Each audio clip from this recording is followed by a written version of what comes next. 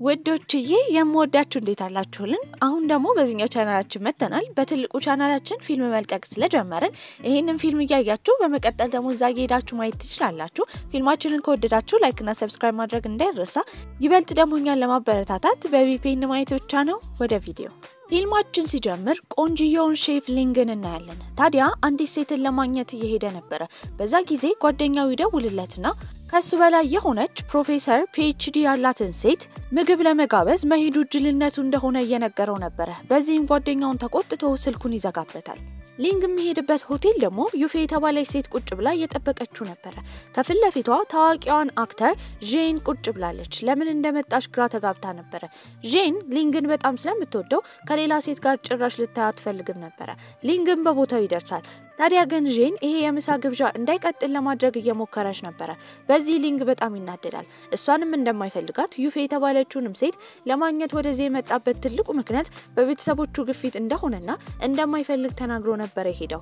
እሱ ከጠረጴዛው ከሄደ በኋላ ለዩፌ ስልክ ይደወልላታል። የተደወለላት ከመስሪያ ቤት ሲሆን እነሱ ለስራቸው ትልቅ ገንዘብ ስለሚያስፈልጋቸው ግድ ሊንግ ጋር እንድትሄድና እሱን አስማምታ በፍቅር አጥመዳ ገንዘብ እንድትቀበል ለማድረግ አስበው ነበር። ታዲያ ወዲያው ወደ አላማዋ ትመለሳለች። እየሮጠች ሊንግን ከተከተለችው በኋላ በኮከባቸውም ሆነ በደም አይነታቸው ተመሳሳይ እንደሆኑ አንድ ላይ መሆን እንደሚችሉ ትነግረዋለች። ታዲያ ግን እሱ በዚህ ነገር ምንም አላመነበትም ነበር። ጥሏትም ይሄዳል። እሷም ትከተለዋለች። እንደ ድንገት ከአስተናጋጅ ጋር በመጋጨት ብርጭቆ ትጥላለች። እዛ ብርጭቆ ላይ ከመውደቋ በፊት ግን የያዛት ሊንግ ነበር። እሷ ሳትወድቅ እሱ ይወድቃል። በዚህም ብርጭቆ ይወጋዋል። በጣም ተጎድቶም ስለነበረ ወደ ሆስፒታል ይዛው ትሄዳለች። እዛ ከታከመም በኋላ ጓደኛው መጥቶ እንዲወስደው ቢጠይቀውም እሱ ስላልተመቸው ግድ እሷን ለምኖ ወደ ቤት መሄድ ነበረበት። ይዛውም ትሄዳለች። እዛም እሱን ለማግባባት ብትሞክርም ትንሽ እንኳን ሊሰማት አልፈለገም ነበር። በቀጣይ ቀንም አብራት የሚሰራ አለቃዋ ከሊንግ ጋር ያለውን ነገር እንዴት እንዳደረገች እየጠየቃት ነበር። እሷም በጣም ከባድ እንደሆነ ስትናገር ነገር ግን ሊንግ እንዲገናኙ መልእክት ይልክላታል። የገፋፋችው እናትየው ነበረች። ታዲያ እናትየውም ከተረጋጋች ሴት ጋር የፍቅር ግንኙነት እስካልጀመረ ድረስ ለሚከፍተው ሬስቶራንት የገንዘብ ድጋፍ እንደማታደርግ ትነግራው ነበር። በቀጣይ ጊዜም በቀጠሯቸው መሰረት በሚገናኙበት ጊዜ ሙሉ ሬስቶራንት ለሷ ብሎ አዘግቶላት ነበር። ታዲያ አበባም ይዞ ነው የመጣው። ለሷም የሚሆነው ምግብ ሼፍ ስለሆነ ራሱ እንደሚሰራ ይነግራታል። ነገር ግን ሲያቀርብላት ሬስቶራንት ውስጥ ከሚሸጡ ምግቦች እጅግ በጣም ርካሽ የሆነው ፒክል የተባለው ምግብ ነበር። ነገር ግን እንዳጋጣሚ ሆኖ ያ ምግብ እሷ በጣም የምትወደው ምግብ ነበር። ይሄንን ያደረገው ለተንኮል እሷ እንድትሸሸው ለማድረግ ነበር። ታዲያ ግን ከትንሽ ቆይታዎች በኋላ እሷም እሱን የማጥመድ ሁኔታውን ልታሳካ አልቻለችም። እሱም ደግሞ እሷ እንድትጠላው ማድረግ አልቻለም ነበር። ቀናቶችም ያልፋሉ። እሷ ላብ ውስጥ ቁጭ ብላ እየተመራመረች ያለ የሆነ ሰው እንደመጣ እየተሰማት ነበር። መጽሐፏን አንስታ ልትማታ ስትል ግን ለብዙ ዓመታት ውጭ የነበረው ከሷ በአመታት የሚበልጠው ተመራማሪ ቼን ሞ ነበር። ስላገኘችው ደስ ብሏታል። ቁጭ ብለው ምግብ ሲገባበዙ ከሊንግ ጋር ስላላት ግንኙነት በወሬ እንደሰማ እንደሚዋደዱ ይጠይቃታል። እሷ ግን እንደዚህ አይነት ነገር እንደሌለ ነበር የነገረችው። በዚህም በጣም ደስ ይለዋል። ታዲያ ግን ሊንግ ይደውላል። ታዲያ እሷም ማውራት እንደማይመቻት ተናግራ ስልኩን ትዘጋዋለች። በዚህ ግን በጣም ይናደዳል። ያለችበት ቦታ ድረስ ነበር የመጣው። ቦታው ሬስቶራንት ነው። እዛም ስለራሱ በጉራ ለማውራት በሚሞክርበት ጊዜ ሁለቱም እያናገሩት አልነበረም። እነሱን ለማናደድ በጣም ውድ የተባለውን ምግብ ያዛል። ታዲያ እሱንም ተመግበው ከጨረሱ በኋላ ግን በሚያስተውልበት ጊዜ ዋሌቱን ረስቶ ነበር የመጣው። አስተናጋጇን በንዴት ጠባቂዎቹን በመጥራት እንዲወጣ ታዛለች። ታዲያ ግን እሱ ይጮህ ጀመረ። ወዲያው ጓደኛውን ይጠራል። ጓደኛውም ወደዛ መጥቶ ይከፍልለታል። ከጓደኛው ጋርም እያወራ ምግብ የሚሰራበት ሾው በቅርቡ እንደሆነ እየተናገረ ነበር። ወዲያው ትዝ ያለችው ዩፌ ነበረች። እሷን ለመበቀል ያስባል። በቦታውም ተገኝታ ቀረጻውን እያየች ነበር። ቀረጻው ላይቭ ነበር። የክብር እንግዳ ሆና የመጣችው ጄን ነበረች። በዚህ ሊንግ ደስተኛ አልነበረም። ታዲያ ግን ሌላ የክብር እንግዳ እንደሚፈልግ በመናገር ወደ ዩፌ ያመለክታል። ካሜራ ፊት እንድትፈራና እንድትዋረድ ለማድረግ አስበው ነበር። ታዲያ ግን እሷ ካሜራ ፊት አልፈራችም። በትክክል ነበር የተናገረችው። ከቀረጻው በኋላ ግን ባደረገው ነገር በጣም ተናዳበት ነበር። እሷን ለማዋረድ ስላሰበ ከእንደዚህ አይነት ሕፃን ከሆነ ልጅ ጋር አብራ መሆን እንደማትፈልግና ከዚህ በኋላ እንዳይደውልላት ተናግራ ትሄዳለች። በሌላ በኩል ባለመቀራረባቸው ደግሞ ጄን በጣም ተናዳለች። ከዩፌ ጋር ባላቸው ግንኙነትም ትቃጠል ነበር። ያኔ የልጅነት ጓደኛዋ ይመጣል። ሁሉን ነገር እንደሚያስተካክለውና እንድትረጋጋ ይነግራታል።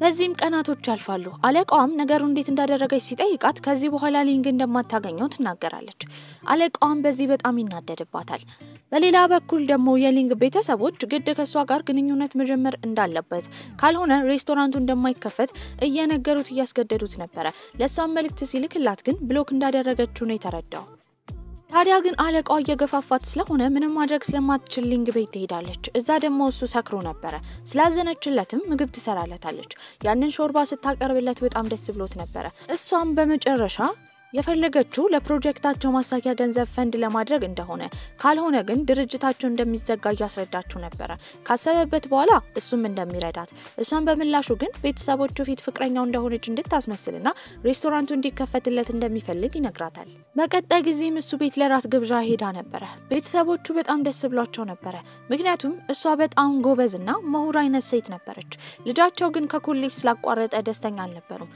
ታዲያ እሷም ምግብ ላይ በጣም ጎበዝ እንደሆነና ምግቡን እንደምትወደው በመናገር ቤተሰቦቹ በልጃቸው እንዲኮሩ አድርጋ ነበር ታዲያ እሱም ያመሰግናታል ታዲያ እነሱም ውሸታቸውን ለወራት ያክል መቀጠል እንዳለባቸው ይናገራሉ ታዲያ ጊዜያቶች ያለፉ አብረው ያሳለፉ ነበር እሱም ለሚያሳልፉት ጊዜ ካመሰገናት በኋላ በቅርቡ ሆቴሉ ስለሚከፈት እንድትመጣ ይጋብዛታል በሌላ በኩል ደግሞ ጄን በጣም እየተናደደች ነው ለጓደኛዋን በተደጋጋሚ የሆነ ነገር እንዲያደርግ እየጠየቀችው ነበር እሱም እሷን ስለሚወዳት እሷን ለማስደሰት ነበር ያሰበው ታዲያ ጓደኛውም የዩፌን አድራሻ ያጠያየቀ እንደሆነ ያወቀችው ጄን በራሷ ጥፋተኝነት ስሜት ስለተሰማት ቶሎ ብላ የሆነ ነገር እንዳትሆን ለሊንግ ነበር የነገረችው በሌላ በኩል ጁፌ እየተራመደች እያለ ከኋላ ሊመታት አንድ ሰው ይመጣል ሊንግም በመሃል ይገባል ከልጁ ጋርም ተደባድቦ ከዛ ቦታ እንዲያመልጥ ማድረግ ችሎ ነበር ታዲያ እሱም ተጎድቶ ስለነበረ ቤት ወስዳ ታክመው ጀመረ በመሃልም ጄን ትመጣለች ታዲያ ጄንም ስትናገር የነበረው ከሱ መለየት እንደማትችል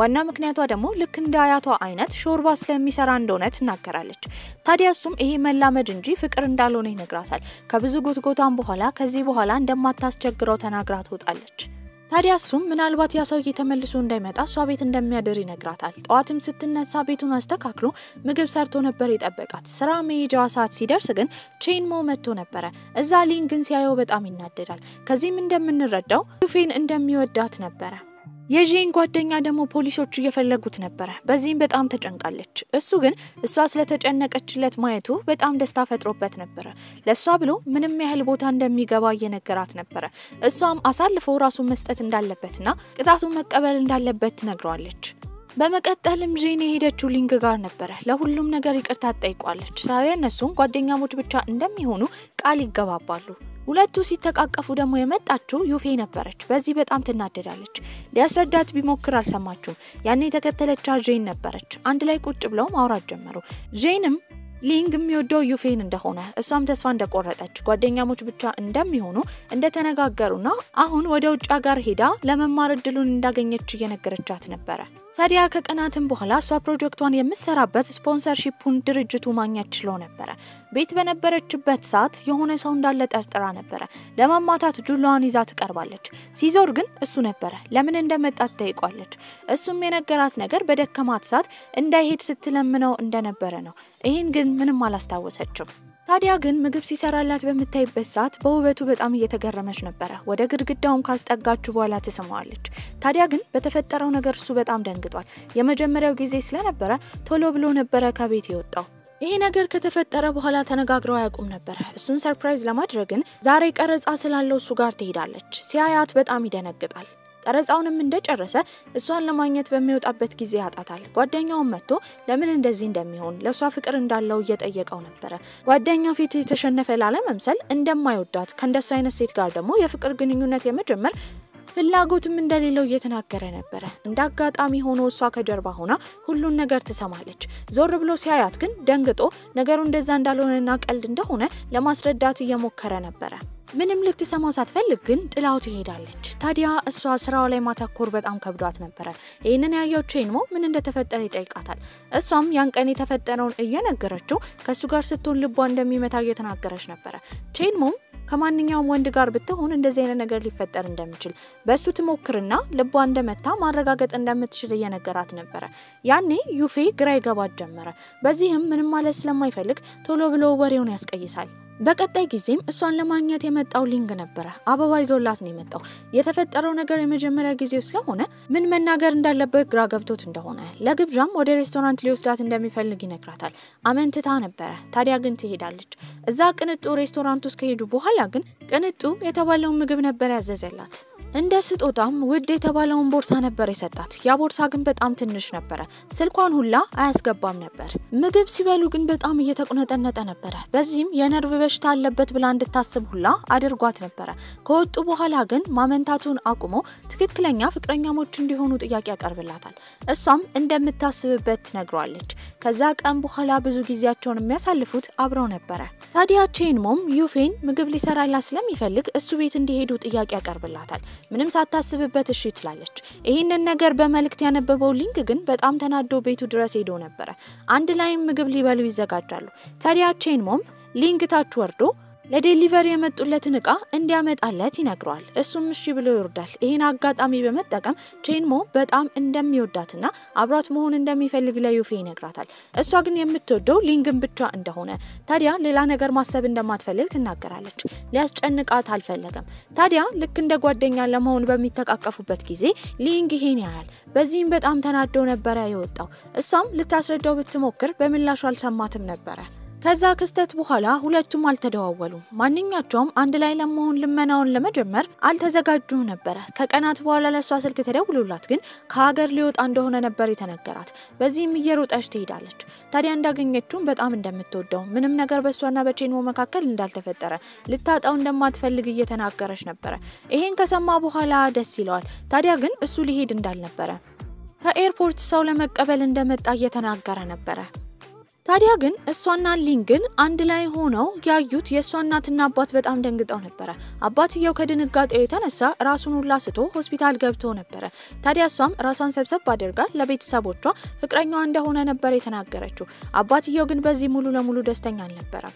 ለምሳም እሱን ለመተዋወቅ ወደ ሬስቶራንት ይሄዳሉ ታዲያ የሷ አባት በተደጋጋሚ ከባባድ ጥያቄዎች በጉብዝና ሊንግ እየመለሰ ነበር ታዲያ ትንሽ ቆይቶ ግን ከኮሌጅ እንዳቆመ በሰማ ጊዜ አባትየው በጣም ይናደዳል የሱ ልጅ ፕሮፌሰር ስለሆነች እንደዚህ አይነት ወንድ እንደማይገባት እየተናገረ ነበር እሷም ለሱ ለመደገፍ ብላ ትምርቱ ላይ ያን ያህል ቢሆንም ነገር ግን በጣም ጎበዝ ሼፍ እንደሆነ እየተናገረች ነበር አባትየው ግድ አልሰጠውም ትንሽ ቆይቶ አባትየው ስለ ፔሪዮዲክ ቴብልና የተለያዩ የማትስ ጥያቄዎችን ይጠይቀው ጀመረ ከአባቷ ጋር የተገናኘበት የመጀመሪያ ቀን ያን ያህል በጥሩ ሁኔታ አላበቃም ነበር ዩፌ ግን ምንም ቢሆን ከሱ ጋር እንደምትሆን ነግራው ነበር እናትና አባቷ የምግብ መመረዝ ስለያዛቸው ሆስፒታል ገብታው ነበር ከዛ ጊዜ ጀምሮ ሊንግ በተደጋጋሚ የሱ ምግብ እየሰራ በዩፌ አማካኝነት ይልክላቸው ነበር እነሱም ሁሉ ጊዜ ይበላሉ አንድ ቀን ግን ምግቡ ይቀራል ታዲያ አባትየውም የሬስቶራንቱን ስም ማወቅ እንደፈለገና ምግቡን ማዘዝ እንዳለበት እየተናገረ ነበር ሬስቶራንት ሲባል ግን ጎትታ ትክክለኛውን ሼፍ ይዛ ወደ ቤት ትመጣለች